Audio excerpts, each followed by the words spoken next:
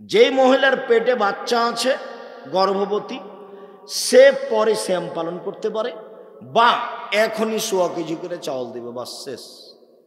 যে মহিলা বাচ্চাকে দুধ খাওয়ায় সে পরে করবে, অন্যথায় এখনই 1.25 কেজি করে চাউল দিবে, শেষ, বাস শেষ। ইফতার করার সময় তাজা খেজুর দিয়ে ইফতার করতে হবে।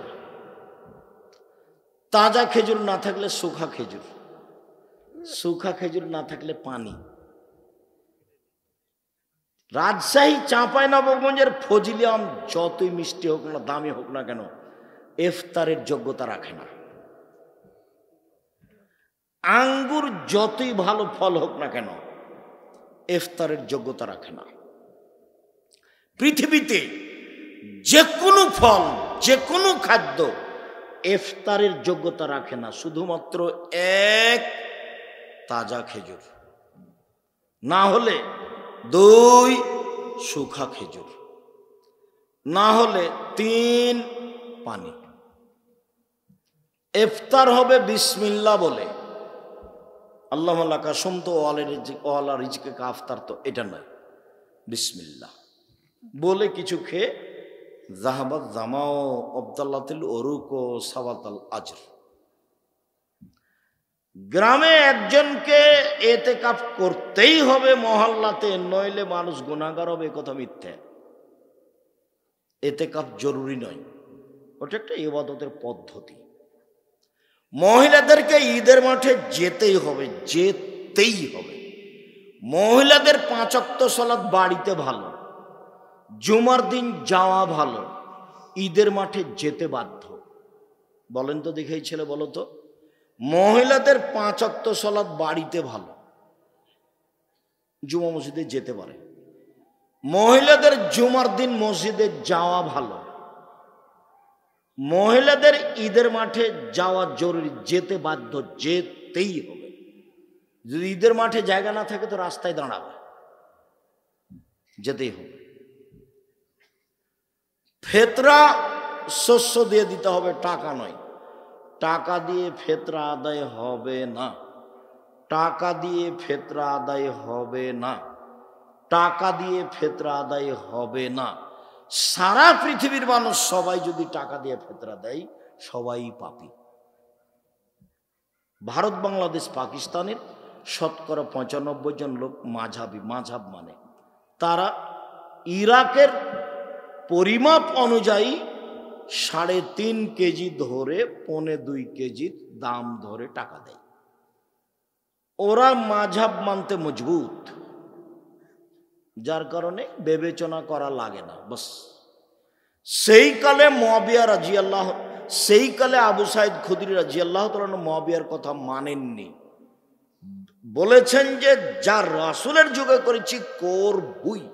100 শস্য, 100 গম, 100 চাউল, 100 পনির, 100 খাদ্য, নাহলে 100 আটা, যেটা সহজ হয় 100।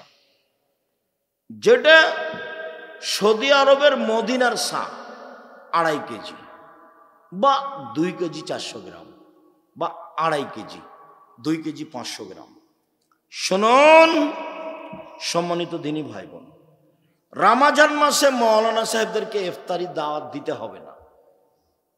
মাওলানা সাহেবকে দাওয়াত দিয়ে খাওয়ায় না, ওটা করতে হবে না। যে কোনো মানুষকে ইফতার করানোর চেষ্টা করবেন, তাহলে ও সিয়াম পালন করে যত নেকি পেয়েছে আপনিও পেয়ে যাবেন। রমজান মাসে মসজিদ ভিত্তিক সবাই মিলে একসাথে প্রতিদিন এরকম নিয়ম পালন করা হবে না, এতে খালি গন্ডগোল হইচই হয়। তবে যদি শিক্ষামূলক ব্যবস্থা থাকে, যেমন জামিয়া সালাফের পক্ষ থেকে আছে, প্রায় 550 মসজিদে মক্তব চালু হবে, প্রশিক্ষণ চালু হবে সামনের 1 তারিখ থেকে, এবং তাদের খাওয়া থাকা আসা ফ্রি থাকবে। রাজশাহীতে, অন্যান্য জায়গাতে প্রশিক্ষণ থাকবে, সেখানে প্রশিক্ষণে উপস্থিত হয়ে আপনি ইফতার করতে পারেন। সেটা হলো শিক্ষার কারণে।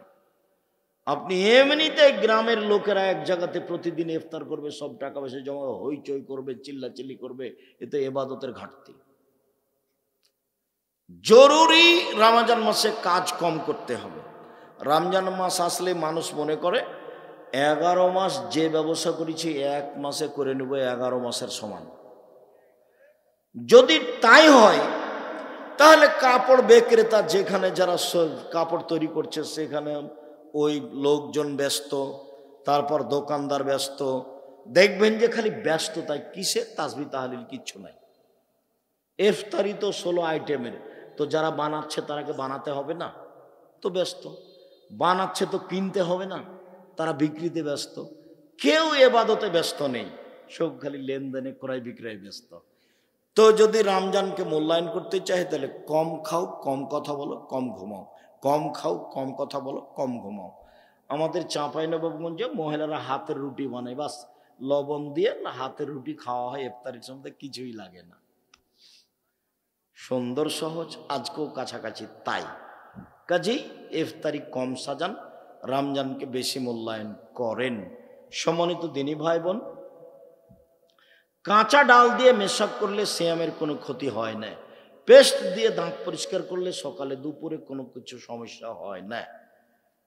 তারপর ভুল করে কিছু খেয়ে নিলে সমস্যা হয় না। দিনে স্বপ্নদোষ হলে সিয়ামের কোনো সমস্যা হয় না। বিষয়গুলি খুব খেয়াল করে রমজানকে যথাযথভাবে মূল্যায়ন করার চেষ্টা করবেন। বেশি বেশি দোয়া করবেন, কান্নাকাটি করবেন। চাঁপাইনবাবগঞ্জের মতো রাত্রি জাগলে শেষ 10 রাত 5 রাত রাত্রি জাগা হয় না।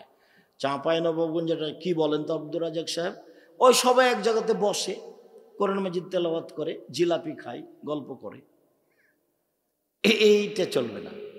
তাহলে কিভাবে রাত জাগতে হবে?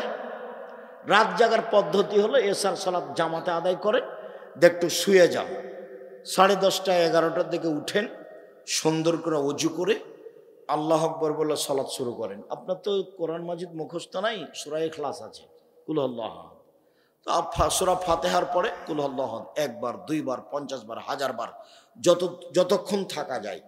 তারপরে রুকু সুবহান রাব্বিয়াল আযীম 1000 বার যতক্ষণ থাকা যায়। তারপরে সিজদা সুবহান রাব্বিয়াল আলা যতবার থাকা যায় 1000 বার হোক না কেন। এ হলো 1 রাকাত। এভাবে আরেক রাকাত, এ হলো 2 রাকাত, আর 2 রাকাত, এ হলো 4 রাকাত। দেখবেন 1.5-2 ঘন্টা গেছে। এখন দরজাটা বন্ধ করে দেন, ঘরে যেন কেউ না আসে। হাত তুলে দোয়া করেন, কান্নাকাটি করেন, তাসবিহ তাহলিল করেন, জিকির আজকার করেন। 1-1.5 ঘন্টা ক্ষমা আজকে নিতেই হবে। ক্ষমা না হয়ে সকাল হতে দেওয়া হবে না। আগে তুমি ক্ষমা করো, তারপরে কোনো কথা। খুব চাপ দিয়ে বলতে হবে, আগে তুমি ক্ষমা করো তারপরে কোনো কথা। কান্নাকাটি করে খুব বিনয়ের সাথে বলবেন আপনি। 1-1.5 ঘন্টা, তারপরে আবার 4 রাকাত, দেখবেন ফজর হয়ে এসেছে। 3 রাকাত 1 রাকাত ভেতর পড়ে নেবেন, বাসায় গিয়ে সাহারি খাবেন। তার নাম হলো রাত্রি জাগা। প্রশ্ন, ফরজ সিয়াম ইচ্ছা করে ভাঙ্গা, ইচ্ছা করে ভাঙ্গার ভয়াবহতা জানতে চাই। মহাপাপ। সারা জীবন যদি এখন রোজা থাকে, একদিন নেকি ধরার জন্য আর হবে না। সারা বছর সিয়াম পালন করলে ওটা আর হবে না। তবে ইচ্ছাকৃত সিয়াম ছেড়ে দিলে ওই স্থানে একটাই করতে হবে।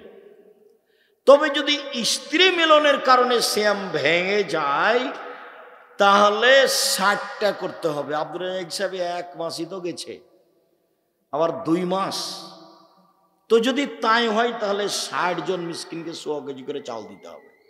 60 জন মিসকিনকে 100 কেজি করে চাল দিতে হবে। আর পুরুষকে দিতে হবে, মহিলাকে নয়। জরিমানা কাকে দিতে হবে? পুরুষকে, মহিলাকে নয়। খেয়াল করে রাখবেন, নিজ ইচ্ছায় বমন করলে সিয়াম ভেঙে যাবে, নিজ ইচ্ছায় বমন না হলে সিয়াম নষ্ট হবে না। আসসালামু আলাইকুম, আমার বন্ধু সালাত আদায় করে না, তার সাথে সম্পর্ক রাখা কি ঠিক হবে? না, তার সাথে সম্পর্ক হবে না। ওই যাওয়ার আগে বই পুস্তক আছে এমনি চলে যায় না। আমার পক্ষ থেকে কিনা ফ্রি বিতরণে ইতেসাম আছে, একটা কিনতে হবে আর একটা ফ্রি। যেটা ফ্রি সেটা আমি কিনেছি। ওটা তো পত্রিকা তো আপনারা ছাপান, পত্রিকা আমি ছাপাই না। আমি যেগুলো ছাপাই সেগুলো আমার বই যেগুলো, আর পত্রিকা হলো জামিয়া সালাফের মুখপাত্রটা আপনাদের। আপনারা লক্ষ লক্ষ টাকা খরচ করে পত্রিকা ছাপান, আপনারা কিনবেন। কিভাবে বুঝবো অন্তরে তৈরি কথা শয়তানের যা আমার কাছে ভালো মনে হয়? শয়তান খারাপটাকে ভালো করে দেখায়, এটাই হলো নিয়ম। শয়তান খারাপটাকে ভালো করে দেখায়। গরিব মানুষ বা নিম্নবিত্তি মানুষ উচ্চ পর্যায়ের মানুষের মতো চলাফেরা করতে চায়, এই সম্পর্কে কিছু না। নিম্ন শ্রেণীর মানুষ উচ্চ পর্যায়ের মানুষের মতো চলবে না, নিজের মতো চলতে হবে। উচ্চ মানুষের মতো চললে তো তোমাকে অহংকার করা লাগবে, যেটা জায়েজ নয়। কুরবানির গোশত কেউ 3 ভাগ করে, কেউ 8 ভাগ। 8 ভাগ নয়, ভাগের কোনো হাদিস নেই, তবে 3 ভাগের প্রথাটা খারাপ নয়, ভাগের কোনো হাদিস নেই। আর ভাগে কুরবানি নেই। কুরবানি অনেক বড় নেকির কাজ, কুরবানি মানে জান্নাত। আর আকিকা, আকিকা দিতেই হবে, প্রয়োজনে কর্জ করে, প্রয়োজনে ভিক্ষে করে, আকিকা দিতেই হবে। আকিকা হলো জরুরি কাজ। সম্মানিত দিনী ভাই বোন, কুরবানির পশু ভালো হতে হবে, নিখুঁত হতে হবে, ভাগে নয়। শায়েখ ছাগল বা গরুকে ঘন্ট বা ঝনঝনি দেওয়া যাবে কি? জি না, বাজনা হারাম। খাসির গলায় ঘন্টা বা ঝনঝনি দেওয়া যাবে না। মেয়েদের পায়ে নূপুর দেওয়া যাবে না, ওই নূপুর দেওয়া যাবে যে নূপুরে বাজনা নেই, বাজনা হারাম। ব্যাংকের এটিএম বুথে কোনো কোম্পানির মাধ্যমে সিকিউরিটির চাকরি করা কি হারাম হবে? জি, ব্যাংকের সার্বিক চাকরি হারাম। রাস্তায় চলতি পথে সালাতের সময় হয়ে গেলে হানাফি মসজিদে কি জামাতে সালাত আদায় করা যাবে? করেন, সব ক্ষতি তার, আপনার সালাত হয়ে যাবে, ইমামের হবে না, করতে পারে। যদি মসজিদে কবর থাকে আশেপাশে থাকলে তাহলে নামাজ পড়বেন না, ওখানে সালাত আদায় করা যাবে না। প্রাইমারি স্কুলে জীবজন্তুর ছবি অঙ্কন করা আছে সব রুমে, বিকল্প ব্যবস্থা নেই, তো প্রাইমারিতে পড়তে যায় না, জামিয়া সালাফে আসো। ও তো আমার সোনার বাংলা, ও তো রবি ঠাকুরের গান, সবাকে মুশরিক বানানোর গান। ও মা তোমার আকাশ, ও মা তোমার বাতাস, ও হলো ও কালিমা তোমার আকাশ, ও কালিমা তোমার বাসা, তো শিরক, মহাপাপ, হারাম। আমি ছেলে মেয়েকে কোনোদিন যেতে দিইনি, আপনিও দেখেন। সম্মানিত দিনী ভাই বোন, চলবে না ওখানে। জামিয়া সালাফে ছেলে মেয়ে নিয়ে আসেন। মসজিদের টাকা ব্যাংকে রাখা যাবে কি? রাখেন, বাড়লে কোনো সমস্যা নেই, বাড়লে কোনো সমস্যা নেই। কেননা ওই টাকার কেউ মালিক নেই, মসজিদের টাকার কেউ মালিক নেই, যার কারণে ওর সুদের বিষয়টি চিন্তা ভাবনার কিছু নয়, রাখতে পারেন। সব টাকা একসাথে কাজে লাগাবেন। শুকরিয়া, জাযাকুমুল্লাহ খায়র। আল্লাহ আমাদের যারা মারা গেছে তুমি তাদের কবরের শাস্তি মাফ